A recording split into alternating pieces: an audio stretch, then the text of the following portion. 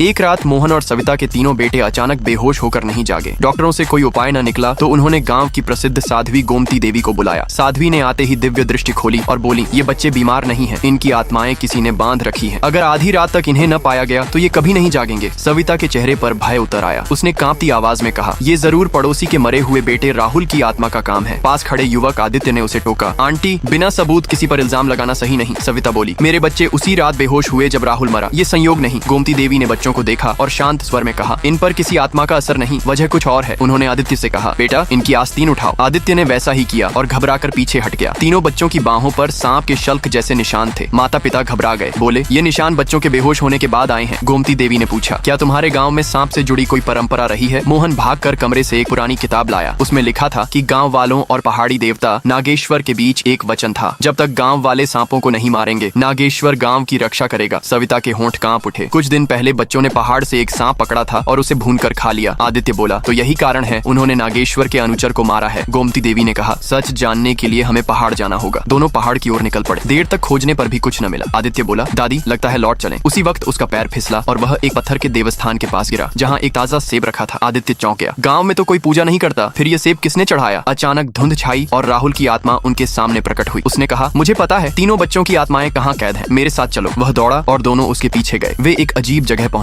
जहाँ तीनों बच्चों की आत्माएं बंधी थीं। अचानक काली हवा उठी और उन आत्माओं को अपने साथ खींच ले गई। आदित्य डर गया, हम वापस नहीं जा पा रहे। गोमती देवी बोली, यह असली राहुल नहीं, नागेश्वर का छल है। अचानक नागेश्वर देवता स्वयं प्रकट हुआ, आकर्षक और क्रोध से भरा चेहरा। वह बोला, मनुष्य अपने वादे भूल गया, उसने मेरी जाति को मारा, क्या मुझे दंड नहीं देना चाहिए? सविता रोते हुए बोली, देवता गलती बच्चों से हुई, सजा मुझे दो, उन्हें छोड़ दो। नागेश्वर बोला, अब लोग न श्रद्धा रखते हैं न भय, ये दंड सबके लिए है। गाँव में अफरा तफरी मच गई, कोई देवता के पक्ष में था, कोई बच्चों के। तभी आदित्य ने कहा, यह सेब तो वही है जो पहाड़ के देवस्थान पर रखा था। गोमती देवी बोली, यह राहुल के घर के बगीचे का है। राहुल की दादी रो पड़ी। राहुल इन्हें बेचता था पर खुद कभी अच्छा सेब नहीं खाता था। गोमती देवी ने नागेश्वर की ओर देखा और बोली, यह वचन का दंड नहीं, यह राहुल के लिए तुम्हारा बदला है। नागेश्वर कुछ पल मौन रहा।